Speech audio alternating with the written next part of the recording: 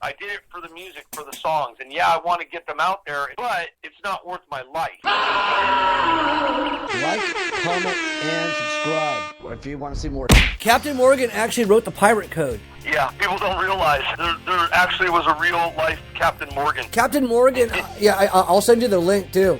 Like, there's a whole thing I was watching about Captain Morgan. And, dude, it was great. Dude, he co-wrote the fucking pirate code. And actually, he was very generous to his fucking crewmen, but vicious to his fucking prison. And he actually lived a long life. And Which is unusual for people back then. And he predated all the other great pirates. And he was a privateer, not a pirate. That's kind of like more or less the storyline that we were building, which was why, with the Devil's Alley EP, Liege Lord Marcus McHungwell, and how he became, you know, the infamous, most bloodiest, you know, chaotic anarchist pirate on the high seas.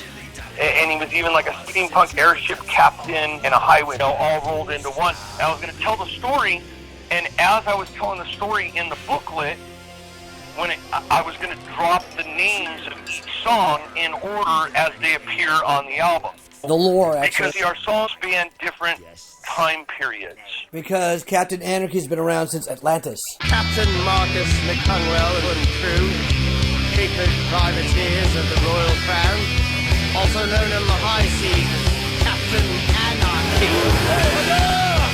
You and your crew stand accused of treason on the high seas against the American colonies. How do you plead for you and your crew, sir? I got a certain amount of fame out of it. I got tons. You know, I've never had a shortage of women.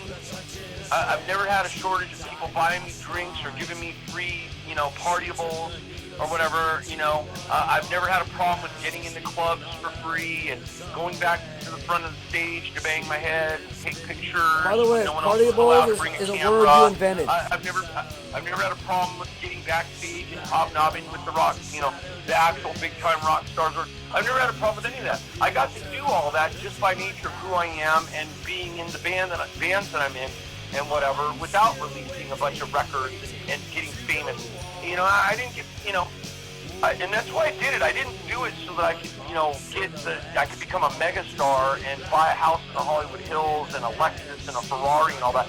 I've always figured if that happened, it happened. And that's great. But if it doesn't happen, it doesn't really matter. As long as I have a few bucks in my pocket, I did it everywhere for free.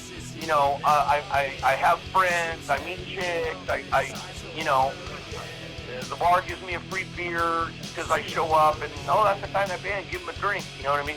Whatever, I'm good.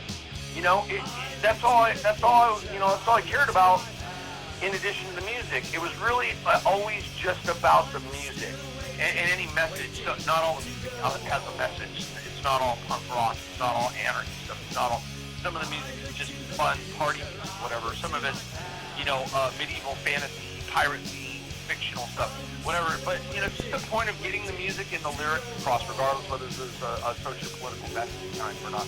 That's all it was ever about. I always knew that a little bit of fame, girls, drinks, club admissions would come along with it. Meeting major rock stars and hanging out and partying with them. You know what's ironic is that your attitude towards your music and your band is very... I suppose you don't like sports. You know what I mean? In the sense of... You know, the whole... Okay, do you know anything about people who play sports? Not really. Practice is the most important thing. Oh, right, exactly. Yeah, like... Well, it is. Yeah, I mean, I've never... Like I said, I've only played soccer as a kid, but my brother played sports. And he had to go to practice. You know, I played football sophomore year, ironically. And, yeah... Practice. That's the most important thing. Practice and teamwork.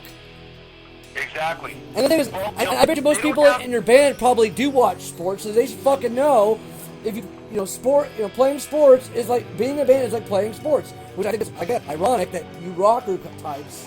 I mean, like I said, I don't count on either side, but you know what I mean. Being the outside ear here, I'm surprised you guys don't watch sports because your attitude towards your band is like a coach. Or not even a coach, you're the quarterback.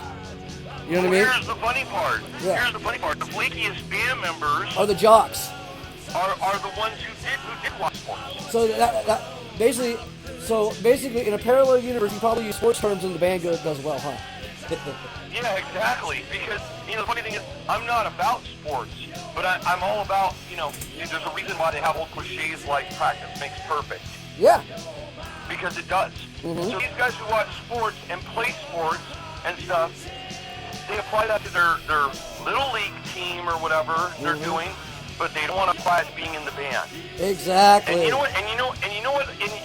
Whereas I'm not even into fucking sports, but I do apply those ethics to the band. Mm-hmm. And that's what I'm getting at. Like I said, like. Right. It's just ironic. You're absolutely right. And here's the thing. Not all of them were the broke ones. Some of them were the ones that actually had money too. Yeah. They were into sports too, and they were disciplined, and they weren't partying. They weren't coming to band practice wasted. Some of them were even based in straight edge, or from the start, or recovering addicts, or whatever. That didn't even Well, hell, didn't even party anymore. Sean, for example, when in Revlon Red, I mean, the only excuse he has is one itty bitty thing. You know what that is?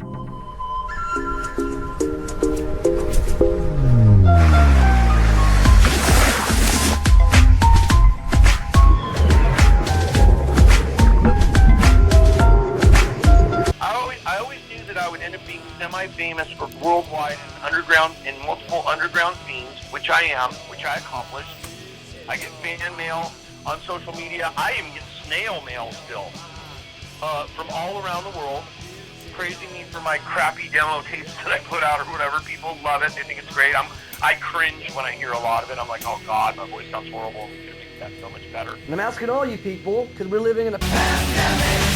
Check out our Patreon, and linked in the description, as you can tell, and support our cause. We don't get paid for this shit.